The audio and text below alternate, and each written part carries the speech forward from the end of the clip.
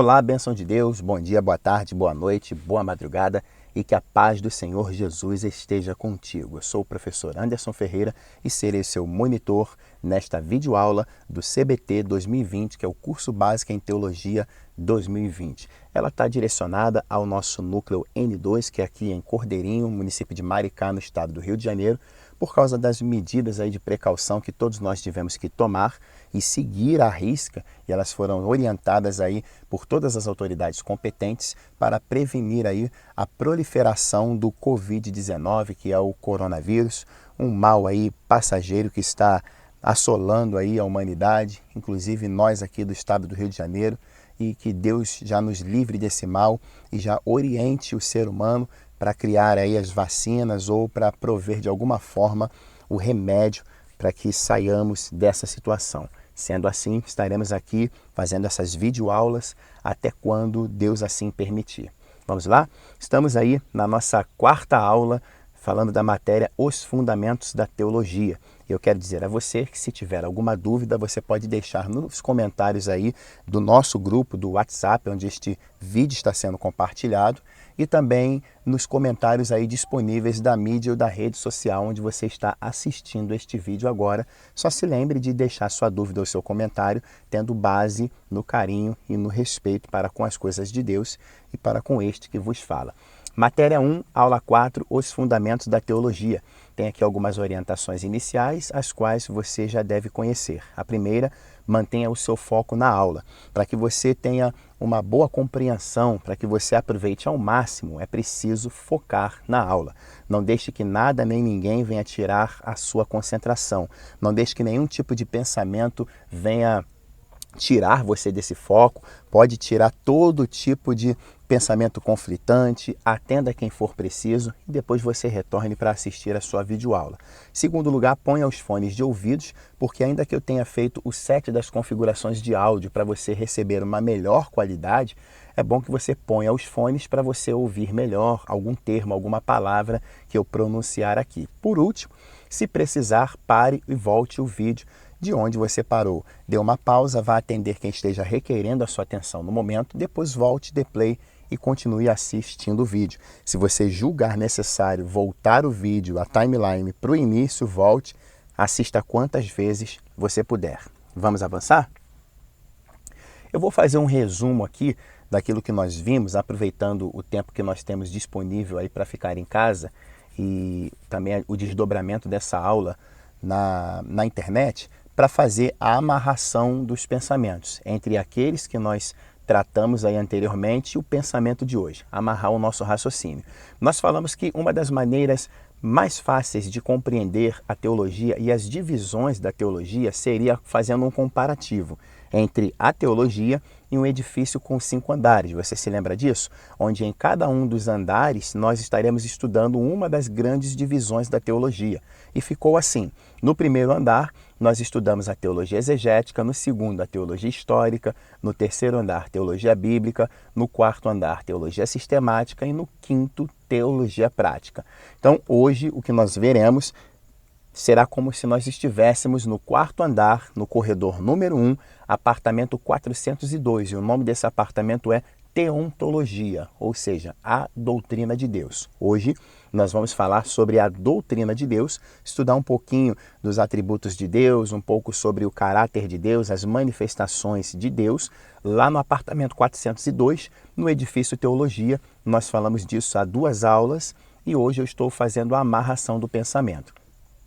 Vimos na aula anterior que Deus, sobre a existência de Deus, que Ele é o Criador de tudo, que Ele é a fonte de toda a existência e que Ele é o governador de tudo. Ou seja, Deus é o Criador de todas as coisas, Ele quem criou, foi Ele quem manipulou o que precisou ser manipulado no bom sentido da palavra, ou seja, fez todas as adaptações, Ele que foi o artífice de toda a criação. Em segundo lugar, Ele foi e é a fonte de toda a existência porque tudo saiu da sua palavra. Em terceiro e último lugar, Ele é o governador porque mesmo depois dele ter sido o artífice e ter sido a fonte de toda a existência, Ele não entregou o mundo e a sua criação nas mãos de mais ninguém. O homem, ele é o representante de Deus, ele tem certa permissão para alterar alguns ícones da criação, como rios, mares, a terra e os outros que você sabe muito bem. Contudo, Deus ainda continua no governo de tudo. E isso está lá embasado, deixa eu voltar aqui, em Colossenses, no capítulo 1, do verso 13 ao 16, que nós lemos na Bíblia Sagrada, que diz: Ele nos tirou da potestade das trevas e nos transportou para o reino do Filho do seu amor, em quem temos a redenção pelo seu sangue, a saber, a remissão dos nossos pecados, o qual é a imagem do Deus invisível, o primogênito de toda a criação. Porque nele foram criadas todas as coisas que há nos céus e na terra, visíveis e invisíveis, sejam tronos, sejam dominações, sejam principados, sejam potestades. Tudo foi criado por ele e para ele. Então, ele é o criador de tudo, fonte de toda a existência e continua no controle, continua no governo. Vimos isso na aula anterior. Entendemos que só podemos conhecer Deus à medida em que ele se revela.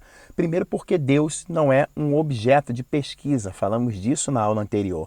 E segundo, porque Deus tem personalidade, ou seja, a sua personalidade expressa a sua vontade. Deus tem poder para dizer sim e ou não sobre tudo e sobre muitas coisas. Se alguém fizer um pedido a ele, por não ser um objeto de pesquisa, por ser uma pessoa e ter personalidade, ele tem o poder e o direito de dizer sim ou de dizer não. Vimos isso na aula anterior. E eu gostaria de, mais uma vez, desdobrar um pouquinho aqui esses dois clichês de Deus não ser um objeto de pesquisa e ele ter personalidade, para que a gente entenda a distância e a grande diferença que há entre Deus e qualquer um objeto. Vamos ver um pouquinho sobre isso? Deus não é um objeto de pesquisa. Eu vou dar algumas características de um objeto aqui que o distanciam enormemente do nosso Deus. Porque você sabe que tem pessoas que pensam que Deus é um objeto. Tem pessoas que atribuem divindade a coisas que foram criadas. E daqui a pouquinho a gente vai falar sobre isso. Mas eu quero citar algumas características de um objeto. E quando eu falo de um objeto, é o que não tem vida. E quando eu falo sobre vida, eu me refiro a essas três palavrinhas aqui do idioma grego e que constitui a base do Novo Testamento. Se você abrir o Novo Testamento, na maioria das vezes, ou em alguns casos, essas três palavras aqui, ó, bios, psique e zoé, bios, psique e zoé, elas são três palavrinhas gregas que no Novo Testamento foram traduzidas, na maioria das vezes, pelo substantivo vida.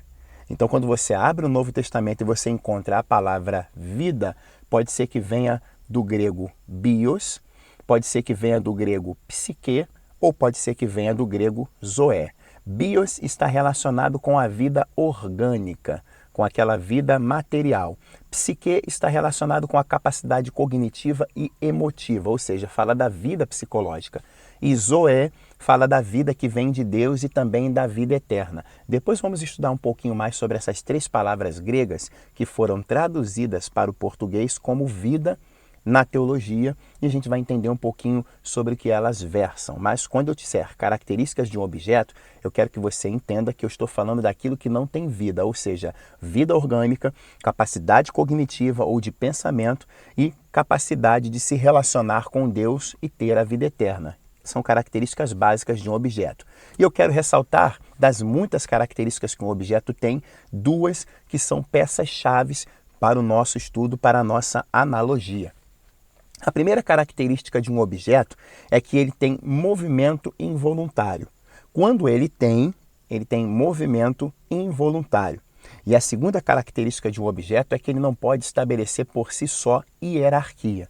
Vamos falar um pouquinho sobre cada uma delas. Sobre não ter movimento involuntário ou ter movimento involuntário, quando este tiver movimento, eu me refiro ao objeto não responder conscientemente. Um objeto jamais tem condições de dar uma resposta consciente a quem esteja interagindo com ele ou manipulando ele. Por exemplo, um ventilador. Nós sabemos que o ventilador pode ser que tenha movimento, aquele ventilador de pé que nós usamos às vezes em casa, nós sabemos que ele tem dois movimentos, ou ele faz dois movimentos, um para a direita, um para a esquerda, e você regula ele para se movimentar para cima e para baixo. Só que esses movimentos que o objeto, que este ventilador faz, não são movimentos conscientes ou movimentos voluntários, ou seja, que ele raciocinou para fazer. São movimentos involuntários, que precisaram ter o start de outra pessoa para que eles se manifestassem ou para que eles fossem feitos. Você aperta, liga o seletor do ventilador na velocidade que você julga apropriada para o momento e depois você vai naquele botãozinho que ele tem normalmente em cima, na parte traseira, você aperta e o ventilador faz um setorial para a direita e para a esquerda.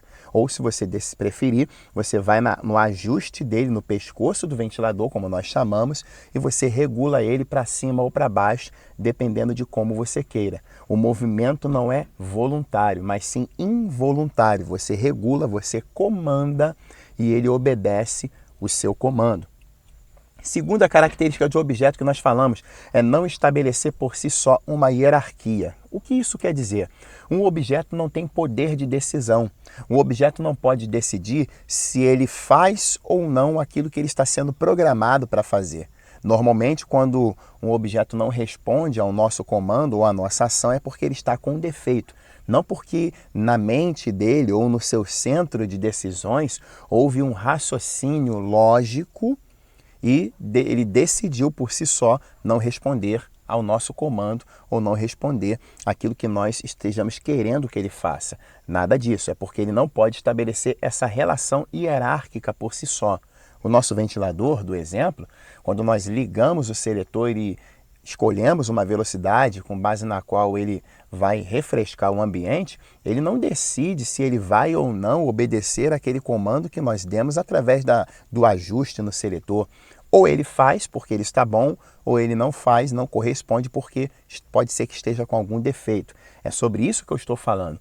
Um ventilador, por exemplo, se tivesse a capacidade cognitiva de desobedecer um ser humano, ele estaria assim estabelecendo uma relação hierárquica. Poderíamos dizer que naquele momento o ventilador está acima do ser humano. Ele ditou ordens, o ser humano ditou ordens e o ventilador não obedeceu. Ou seja, ele não tem hierarquia, não pode estabelecer hierarquia e não tem poder de decisão. Tem muitas características um objeto, mas essas duas são importantes para a nossa analogia, para fazermos um grau comparativo de distância, de diferença, de superioridade de Deus para com o objeto. E agora, quais são os atributos de Deus como pessoa que nos fazem entender que há uma distância abismal entre ele e um objeto? Vou falar aqui que quando eu falo de atributos, eu estou falando de Deus ter personalidade. E quando eu falo de personalidade, eu digo ter autonomia, ter intelecto, sentimento, vontade. Como nós veremos, por exemplo, no slide de número 15, lá na frente, e vamos ver um pouquinho sobre como a Bíblia apresenta Deus. Eu estou mostrando aqui para vocês, vou botar o slide 16 aqui, perdão. Como Deus apresenta a Bíblia, a persona de Deus, como a Bíblia apresenta Deus em sua personalidade. Olha aí, no slide, perdão, de número 16, nós veremos isso aí, que a Bíblia nos apresenta a personalidade de Deus através da expressão do seu intelecto, do seu sentimento e da sua vontade. Poder de pensar, poder de emoção, poder de ação e ou decisão. Vamos voltar lá para o nosso slide anterior. Vamos avançar um pouquinho. Isso. Tá aqui, atributos de Deus como pessoa, ter personalidade, ter autonomia.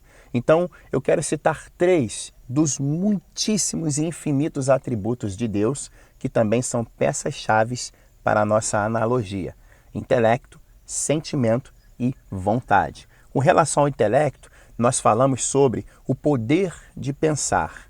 Deus, ele tem a capacidade de pensar. Se ele é uma pessoa, ainda que não seja uma pessoa física e uma pessoa jurídica, mas sim uma pessoa espiritual ou um ser espiritual, pois quando falamos de pessoa, estamos falando da persona ou da personalidade de Deus, ele tem sim o poder de pensamento. Deus tem faculdades cognitivas e racionais que o levam a empreender ações com base na sua palavra e com base na sua mente eterna. Falando sobre sentimentos, Deus tem o poder de sentir. Nós entendemos que Deus tem sentimentos. Deus ama, Deus se ira, Deus se indigna com algumas coisas. Só que os sentimentos de Deus são diferentes dos nossos sentimentos e daqui a pouquinho vamos falar um pouquinho sobre isso. E quando eu falo de vontade, eu me refiro ao poder de ação ou poder de decisão. Deus, ainda que pensasse e sentisse, não é inerte. Deus não estaria inerte para nada. Ele tem poder de ação e poder de decisão. Mas não é sempre, como nós vimos nas outras aulas, que ele vai agir e que ele vai decidir empreender algum tipo de manifestação para com o ser humano. Quando nós falamos de ação, nós falamos do poder que Deus tem para agir quando Ele quiser e se Ele quiser, ok? Então, só podemos conhecer Deus à medida em que Ele se revela, porque Deus não é um objeto de pesquisa, porque Ele tem personalidade, Ele tem vontade, e essa vontade é expressa no poder que Ele tem de dizer sim e ou não para qualquer coisa. Um técnico de necrópsia ou um profissional de necrópsia, quando põe um cadáver sobre a mesa para dissecar o cadáver, para fazer a autópsia e as coisas que estejam relacionadas com ela, ele faz aquilo que a legislação permite que ele faça naquele momento, porque o cadáver naquele momento é um objeto de pesquisa. Ainda que haja leis que protejam o cadáver, mas ele não tem condições mais, o cadáver, de expressar sua vontade, de expressar o seu direito, de dizer sim ou não para o profissional que o esteja manipulando. Com Deus é muito diferente. Nós só podemos conhecê-lo à medida em que ele se revela. Então, quando conhecemos algo acerca de Deus ou a respeito dele, quando falamos dele, é porque ele se revelou a nós, é porque ele veio de encontro às nossas vidas, direta ou indiretamente, através da palavra, através da experiência pessoal, e ele nos mostrou parte do seu ser que naquele momento era interessante para ele que nós soubéssemos. Guarde isso na sua mente, isso tem que estar na ponta da língua de todo estudante de teologia. Deus, ele se revela. Sim, nós temos possibilidade de conhecê-lo? Sim, porém, só o conhecemos à medida em que ele se revela. Por quê? Se alguém te fizer essa pergunta, você vai responder. Primeiro, porque Deus não é um objeto. Segundo, porque ele tem personalidade e ele também tem vontades, e a expressão da sua vontade implica no poder ou na capacidade ou no direito. Eu particularmente não gosto de usar essa expressão para com Deus, direito, porque direito ele é constituído, e quem constitui um direito normalmente está acima daqueles que podem usufruir do direito. Partindo por essa analogia, nós de repente entenderíamos que existe alguém acima de Deus e não existe nada nem ninguém que esteja acima de Deus. Então eu digo poder. Eu substituo a expressão direito pela expressão poder quando eu estou falando das coisas de Deus. Então, por ele ter personalidade e ter vontades, nós dizemos que ele tem poder para dizer sim ou para dizer não. Tudo bem? Vamos avançar? Tá aí. Como Deus pode se revelar? É uma pergunta também que surge na boca de muitas pessoas. Apesar de a maioria delas dizer que Deus se revela em todos os lugares, que conhece a Deus, que já teve contato com Deus, mas ao ponto, ou seja, quando formos direto ao ponto, quando trocarmos em miúdos, de repente, essas pessoas não conseguirão nos dar uma resposta satisfatória sobre como Deus pode se revelar. E como, professor Anderson, Deus pode se revelar? Eu digo aqui de muitas formas e por muitos meios. Deus tem muitas formas e muitos meios de se revelar. Se eu dissesse que Deus só pode se revelar de forma X, Y ou Z, ou por meio X, Y ou Z, eu estaria limitando o nosso Deus. E um dos atributos dele é que ele é ilimitado, não no sentido de libertinagem ou no sentido de legalidade, no sentido pejorativo da palavra, claro que não. Mas nós não podemos estabelecer limites na sua ação, no poder de ação, limites no poder de manifestação e em tudo o que se refere aos atributos dele. Então Deus pode se revelar de muitas formas e por muitos meios. Mas aqui neste estudo nós falaremos dos dois âmbitos básicos de revelação de Deus. O primeiro é o âmbito da revelação geral, onde Deus se manifesta ou se revela através da natureza, através do cosmos. E quando eu falo de cosmos, é uma palavra grega que quer dizer mundo, ordem, governo, etc. Depois estudamos um pouquinho mais sobre essa palavra. Deus se revela de modo geral pela natureza, pelo mundo, pela ordem, pelo governo e assim por diante. Só para fazer um adendo aqui, para justificar este nosso argumento. Você viu aí que o Covid-19 está abalando o mundo. Todo o mundo está se readaptando, se adaptando, se reorganizando para medidas de prevenções para que este vírus não se alastre e não atinja um número maior de pessoas do que já atingiu. E nisso tudo, melhor dizendo, nós vemos a mão de Deus. Muitas pessoas estão correndo para os joelhos, correndo para a oração, fazendo apelos de solidariedade, estão se solidarizando pelas outras, principalmente por aquelas que estão vivendo em condições de saúde e condições financeiras baixíssimas. Estamos vendo pessoas nas redes sociais que nunca tinham ido para as redes sociais gravar cultos ao vivo, quiçá pastores e líderes religiosos que eram preconceituosos para com Facebook, YouTube, Instagram, fazendo lives agora dos cultos porque não há outra medida. Em tudo isso nós vemos a mão de Deus. Deus se revelando através da ordem, através do governo, independente de qual lado esteja a sua visão política, mas nós vemos a manifestação do poder de Deus. Lembrando que como ele é o governador de tudo, vimos isso num dos primeiros slides, ele não entregou o governo do mundo nas mãos de direita ou de esquerda. Então ele continua no poder e no controle de tudo. É uma das formas de Deus se revelar. Com o Covid-19, Deus está se revelando um Deus justo e também um Deus misericordioso e um Deus que está acima do homem, que muitas das vezes pensa que não tem limite e que está acima de todas as coisas, ok? Revelação geral, através da natureza, através do cosmos, que representa o mundo, a ordem, o governo e muitos outros âmbitos. Segundo âmbito da revelação de Deus é aquela que nós chamamos de revelação especial, onde ele se manifestou ou se revelou através dos profetas, no Antigo e no Novo Testamento, através do Filho, Jesus Cristo, das Escrituras e assim por diante. Vamos ver um pouquinho sobre cada uma dessas faces da revelação de Deus? Vamos lá. Como Deus pode se revelar? Através da revelação geral. E o que seria essa revelação geral? Seria aquela que está disponível para todos. Todos têm possibilidade de acesso à revelação geral de Deus. É aquela revelação por meio da qual ele alcança todos os homens, toda a criatura, toda a criação. E essa revelação está disponível para todos. Onde? Por exemplo, na natureza.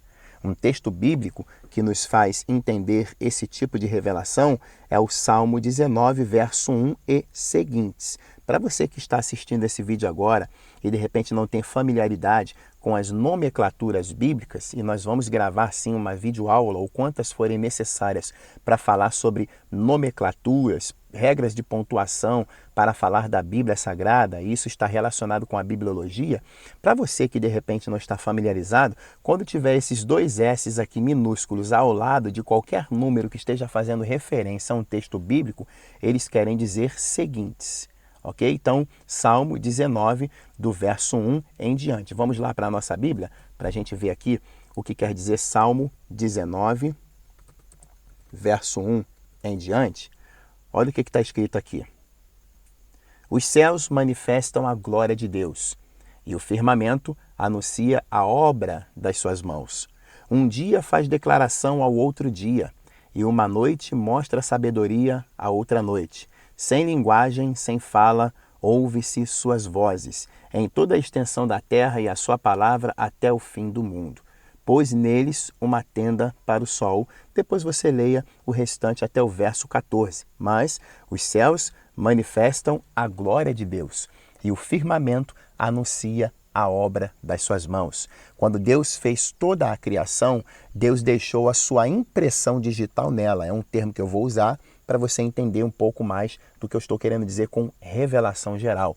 Deus deixou sua impressão digital, a sua marca, sua logomarca, a sua marca do fabricante na criação. E também tem um vídeo onde eu falo sobre este tipo de revelação ou de percepção da revelação geral. Eu vou compartilhar contigo no momento oportuno.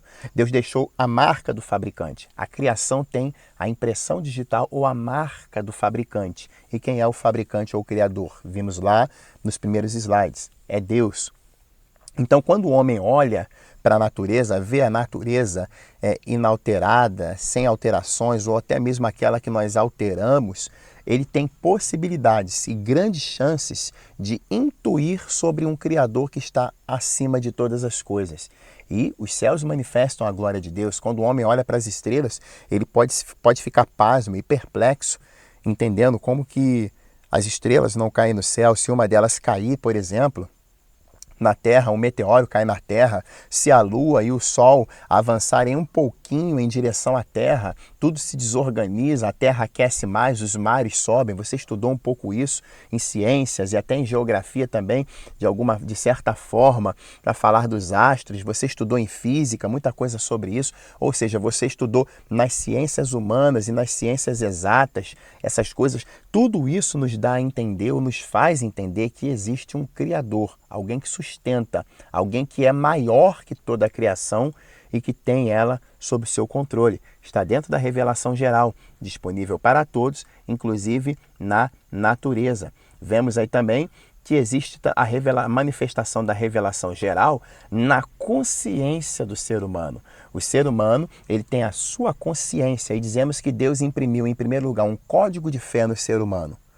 Todo o ser humano tem capacidade de fé e a primeira coisa que ele busca é a fé. Aí alguém vai perguntar, mas professor, e os ateus que dizem não ter fé? Eles pensam que não têm fé, mas nós também temos um argumento dentro da apologia, uma matéria da teologia que fala da defesa da fé, que fala sobre este tipo de raciocínio sobre os ateus.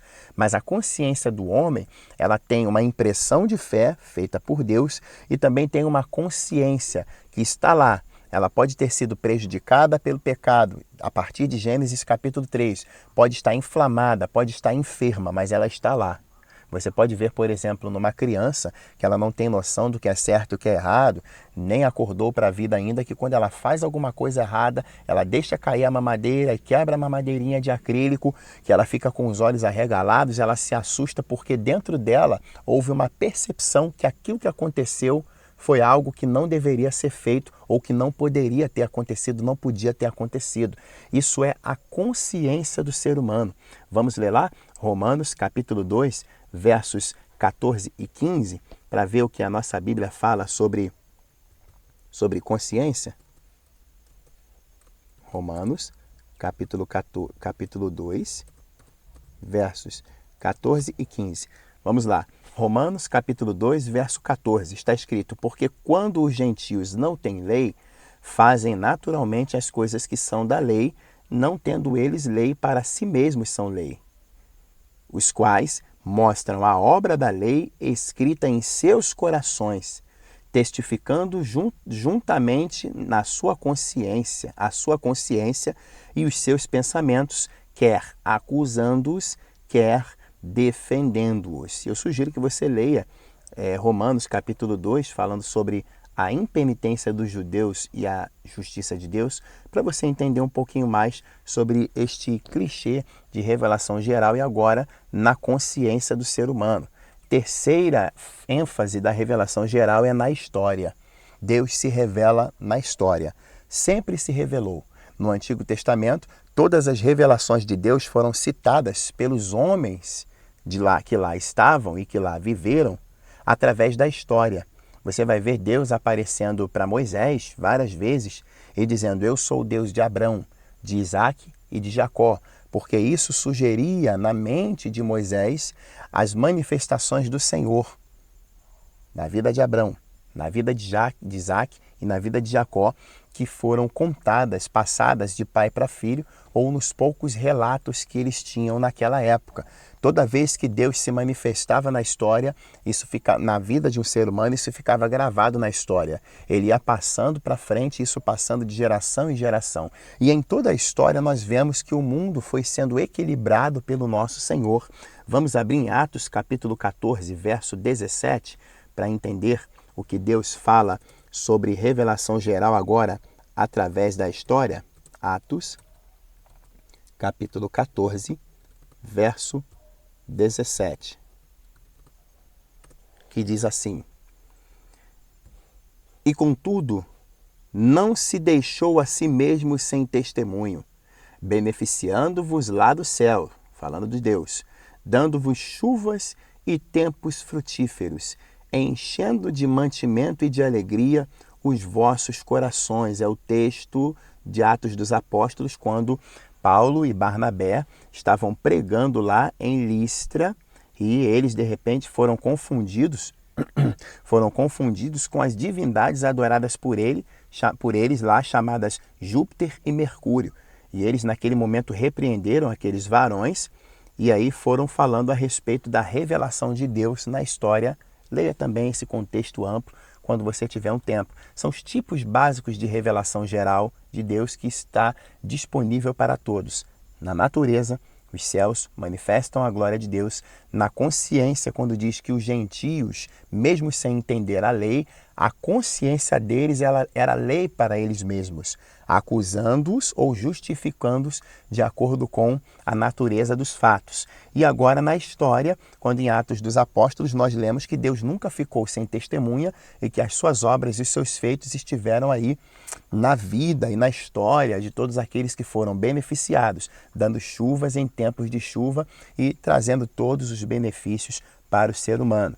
Revelação geral. E agora a revelação especial. O que seria essa revelação?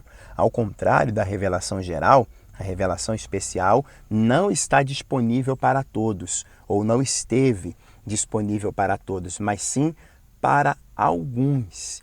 E quais são as ênfases da revelação especial? Em primeiro lugar, através dos profetas ou dos milagres. Não são todos que têm o contato com o profeta ou com uma profetisa do Senhor hoje, e não foram todos que tiveram no Antigo Testamento. Não foram todos os que foram beneficiados com milagres visíveis, com milagres extraordinários. Por que nós usamos essa expressão para falar de milagres extraordinários? Porque nós entendemos que o ser humano dormir e acordar vivo no outro dia é um milagre. Então, quando falo de milagres extraordinários, eu não estou aqui maximizando um milagre, nem traçando níveis de milagres, mas sim para que a gente faça essa distinção entre milagres que nós nem percebemos que acontecem e outros que nós só percebemos quando eles acontecem ou quando Deus atende o nosso pedido. Então, temos aí 2 Reis, capítulo 17, verso de número 13. Vamos lá ler? 2 Reis, capítulo 17, verso 13. Opa, digitei errado aqui. 2 Reis, capítulo 17, verso 13, falando de Oséias como rei de Israel. Está escrito assim: E o Senhor protestou a Israel e a Judá pelo ministério de quem? De todos os profetas. Está aqui, ó. De todos os profetas. Deixa eu sublinhar aqui numa cor diferente para ter um destaque. De todos os profetas e de todos os videntes. Era uma palavra também usada para se referir aos profetas, dizendo: Convertei-vos dos vossos maus caminhos e guardai os meus mandamentos e os meus estatutos, conforme toda a lei que ordenei a vossos pais e que eu vos enviei pelo ministério dos meus servos, os profetas. Revelação especial agora também sendo enfatizada através dos profetas e dos milagres. Temos Salmo 103, verso 7. Vamos ler o Salmo 103, verso 7. Verso 7, que diz: Fez notórios os seus caminhos a Moisés e os seus feitos aos filhos de Israel. Então, Moisés conheceu milagres de Deus, viu milagres de Deus.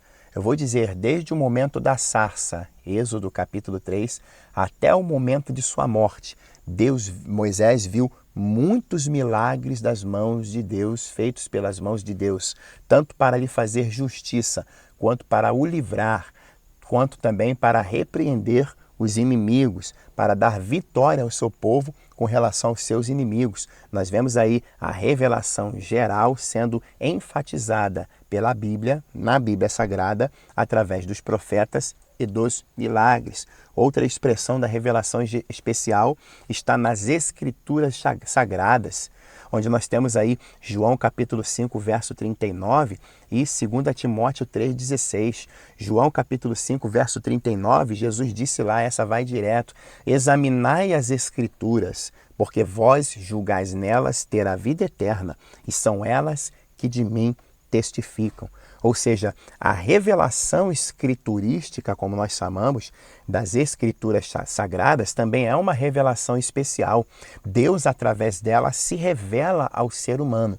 Todo aquele que tem contato com as Escrituras Sagradas e lê e deixa que elas façam mudança na sua vida, tem uma percepção de Deus nas Escrituras. Pois, se nós entendemos que a Bíblia é a palavra de Deus, e em bibliologia nós tratamos um pouquinho desse assunto. Aqueles que acreditam que a Bíblia é a palavra de Deus, aqueles que acreditam que a Bíblia se torna a palavra de Deus e os outros que acreditam que ela contém a palavra de Deus. Quais são as diferenças entre esses três grupos de pessoas que creem sobre a Bíblia?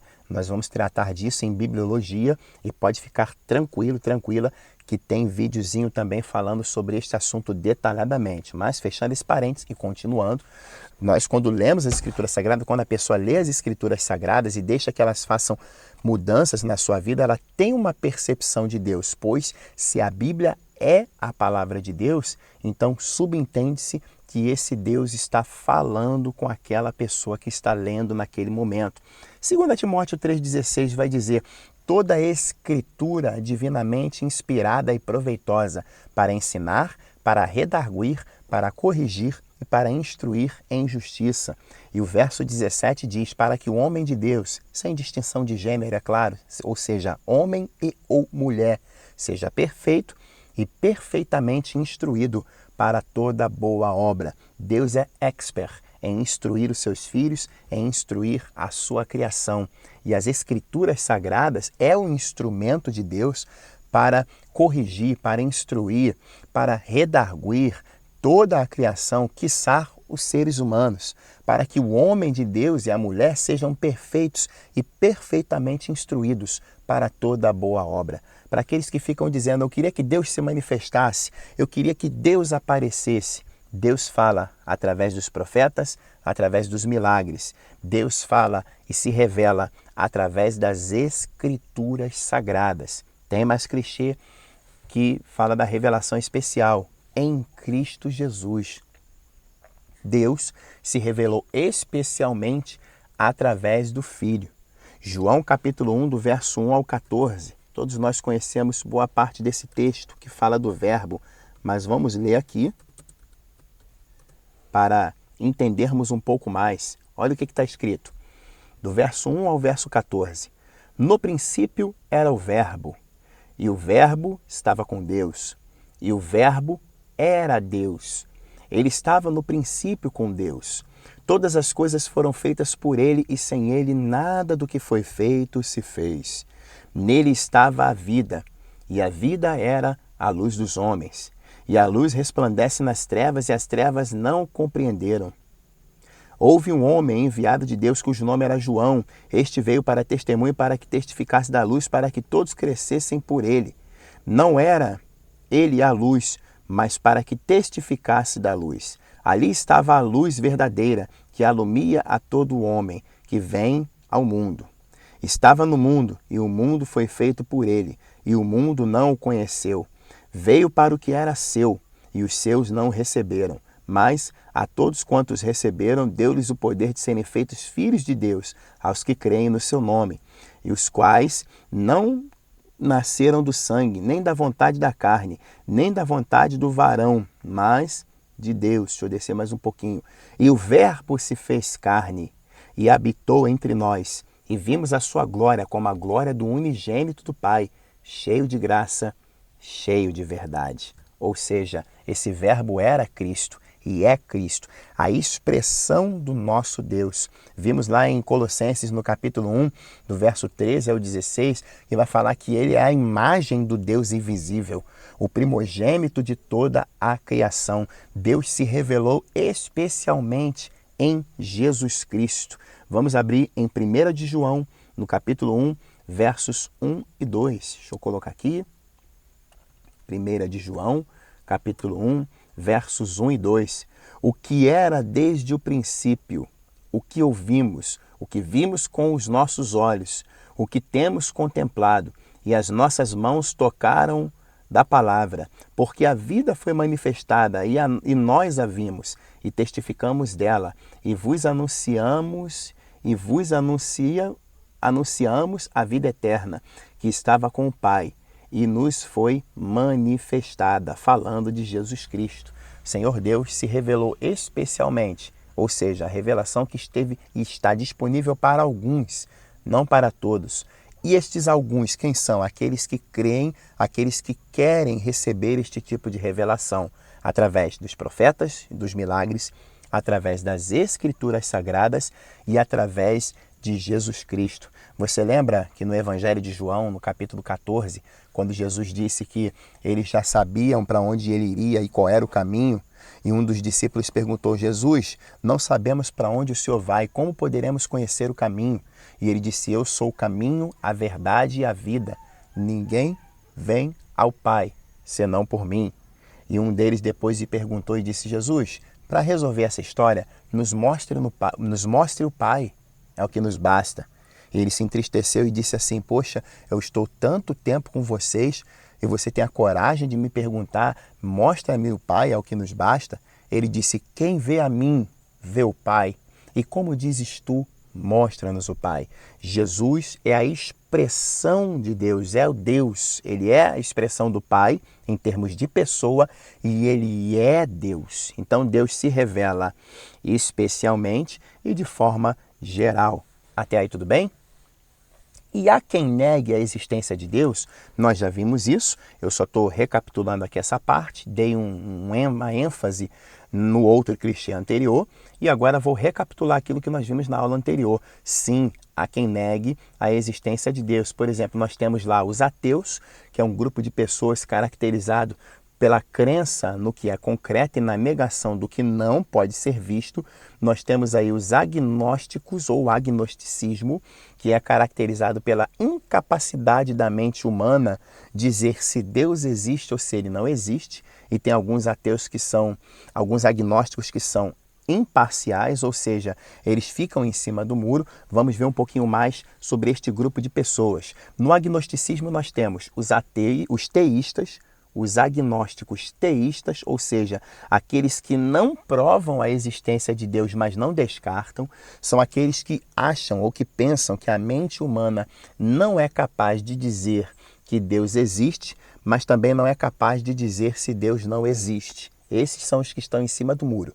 Eles não provam a existência e dizem que a mente humana não tem condições de provar a inexistência de Deus, como também não negam, porque eles chegam à conclusão que a mente humana não tem condições também de negar por completo a existência de Deus. E nós temos também os agnósticos ateístas. São aqueles que não provam a existência de Deus e descartam a existência de Deus. Professor, eu não entendi muito a diferença entre os dois. Vamos lá. Os ateus, os gnósticos ou agnósticos teístas, eles dizem assim: olha, não podemos dizer que Deus existe, mas também não podemos dizer que ele não existe. E os agnósticos ateístas dizem: olha, nós dizemos Deus não existe e nós não podemos dizer que Deus existe, mas dizemos que ele não existe. Os últimos afirmam categoricamente que Deus não existe. Eles não provam a existência, mas também descartam. Eles não acreditam em nada que leve a mente a acreditar na existência ou na possibilidade de existência de Deus. Nós temos aí também o panteísmo, caracterizado pela relação entre Deus e a criação.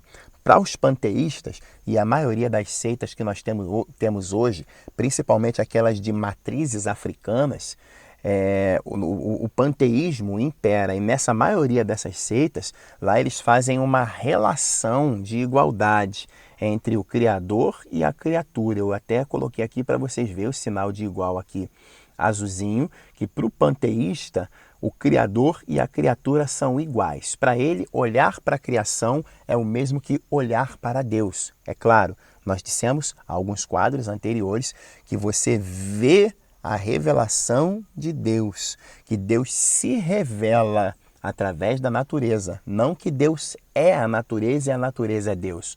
Os panteístas acreditam que Deus é tudo que você pode ver e tocar, por exemplo. Eles acreditam que uma bananeira é Deus. Eles acreditam que um cão é Deus. Eles acreditam que uma ave também é Deus e que você não pode fazer nada com a ave porque você está fazendo com o próprio Deus. E sobre esse clichêzinho aqui, nós temos uma verdade bíblica que o contradiz. Qual é? A Bíblia nos mostra que tipo de relação entre Criador e criatura. É uma relação de igualdade? Não. É uma relação de diferença. A Bíblia nos mostra que há uma diferença gritante entre Criador e criatura. A confusão que se faz é sobre dois atributos de Deus, ou dois tipos de manifestação de Deus, ou de relacionamento que Deus tem com o homem. São os dois âmbitos, o da transcendência e o da imanência. Vamos falar deles posteriormente, mas eu só quero pincelar aqui para você entender. Transcendência nos faz entender que Deus transcende a sua criação. Não tem comparativo que pode ser feito entre Deus e a criação. A criação não chega nem perto de Deus e da sua glória. Deus é transcendente. Porém, Deus também é imanente. Ele se relaciona com a sua criação, ele cuida da sua criação. A sua revelação também é vista quando olhamos para a criação. Existe uma diferença entre transcendência e imanência. A transcendência nos faz entender que Deus é diferentíssimo da sua criação, mas a imanência nos faz entender que ele se relaciona com a sua criação. Deus toma conta dos rios, toma conta dos mares, toma conta das florestas, toma conta do vento, ele conduz o vento. Deus guarda o ser humano, fala com o ser humano, guarda os animais. Isso é a imanência. E a transcendência nos mostra que mesmo ele se relacionando com a sua criação, ele é infinitamente maior, além e abundantemente do que ela. E como a Bíblia nos apresenta Deus? A Bíblia nos apresenta Deus de algumas formas, mas nós vemos aqui em primeiro lugar que a Bíblia nos apresenta Deus como Espírito. Quando alguém te perguntar como que é Deus, como que a sua Bíblia descreve o seu Deus, comece por aqui para ficar mais fácil. Deus é Espírito. Está lá em João, no capítulo 4, verso 24, quando Jesus estava lá em Samaria e conversou com a mulher samaritana. Você lembra do que ele disse? João, no capítulo 4, verso 24, ele disse: Deus é Espírito, e importa que os que o adorem em Espírito e em verdade. Então, primeira coisa que nós temos que entender sobre Deus, ele é Espírito. Mas, professor, o senhor não disse que Deus tem personalidade, que ele era uma pessoa? Sim, não pessoa física, nem pessoa jurídica, mas em termos de personalidade, ele é uma pessoa espiritual, é um ser que tem personalidade, porém, Deus é espírito. E ser espírito implica em invisibilidade e incorporeidade. Ou seja, Deus ele é invisível, por ele ser espírito, ele é invisível. Está lá no Evangelho de João, no capítulo 1. E no versículo de número 18, vamos ver o que diz aqui na nossa Bíblia Sagrada. Estou fazendo questão de abrir aqui contigo para você ver. E está escrito aqui, ó, Deus nunca foi visto por alguém. O Filho unigênito que está no seio do seu Pai, esse o fez conhecer. Mas Deus nunca foi visto por alguém.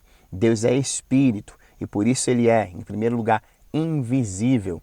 Em segundo lugar, incorporeidade. Deus não tem um corpo físico. E por não ter um corpo físico, ele não está sujeito, em primeiro lugar, às leis da física, nem às paixões. Se Deus não fosse onipresente, vamos supor aqui com respeito à santidade dos seus atributos, só para a gente fazer uma analogia sobre não estar sujeito às leis da física.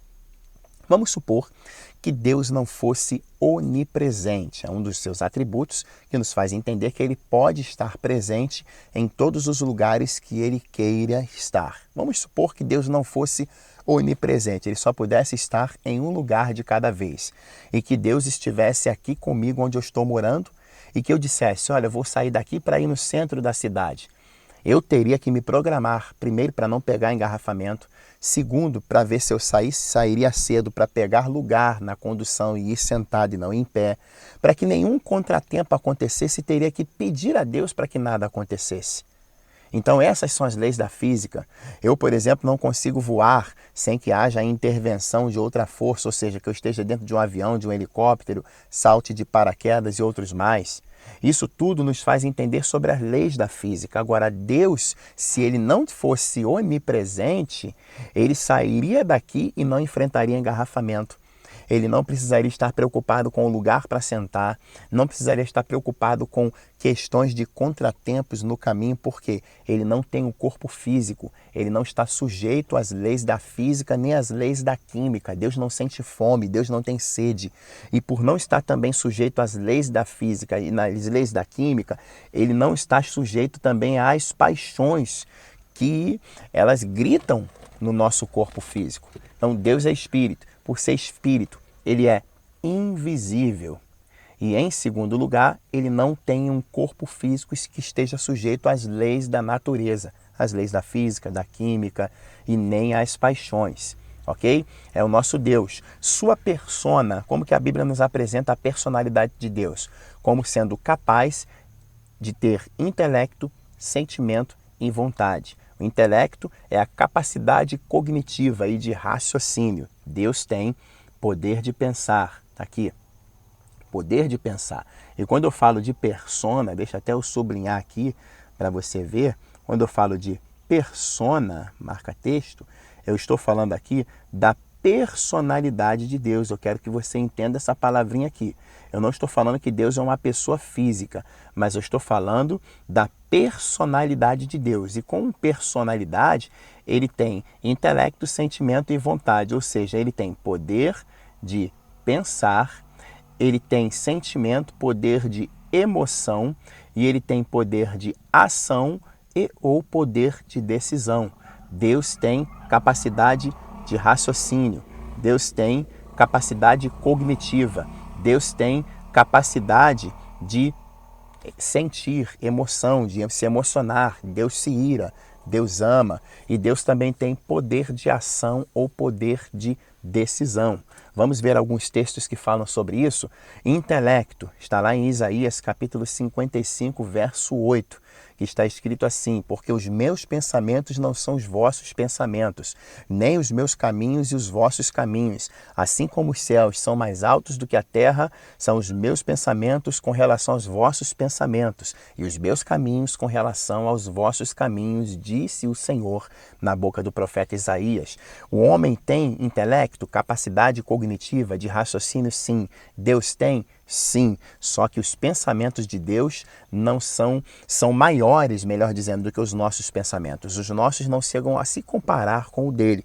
Deus tem sentimento? Sim, ele tem sentimento. O texto áureo da Bíblia Sagrada, que é João capítulo 3, verso 16, vai dizer isso, porque Deus amou o mundo de tal maneira que deu seu Filho unigênito para que todo aquele que nele crer não pereça, mas tenha a vida eterna. Deus ama, Deus se ira, Deus se indigna, Deus se enfurece, assim como o ser humano, porém, tudo com base na sua justiça. Vamos ver isso um pouco mais à frente, mas Deus tem intelecto, Deus tem sentimento e Deus tem vontade, poder de ação, poder de decisão? Sim.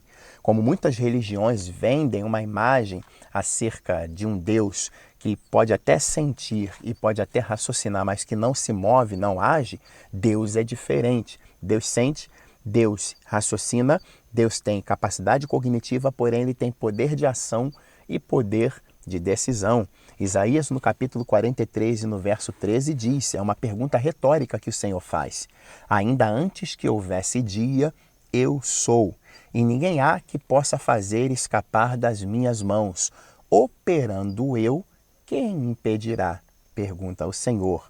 Então, o que é o operar de Deus, ou o que seria o operar de Deus? Seriam as suas manifestações, seria o seu poder, seria a sua atuação, seria a expressão da sua vontade e ou da sua ação.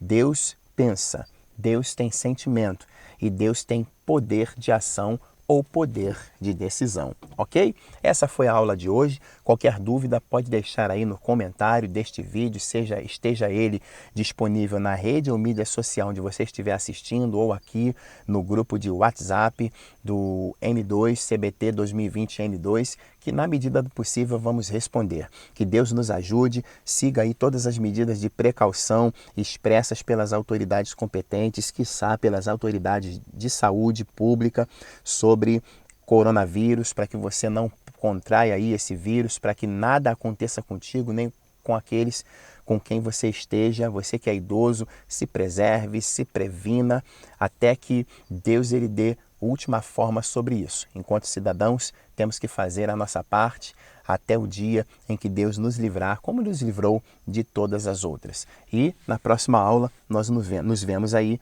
no próximo vídeo sobre a próxima matéria ou sobre o próximo assunto de qual nós falarmos. Deus abençoe a todos, em nome de Jesus. Muito obrigado.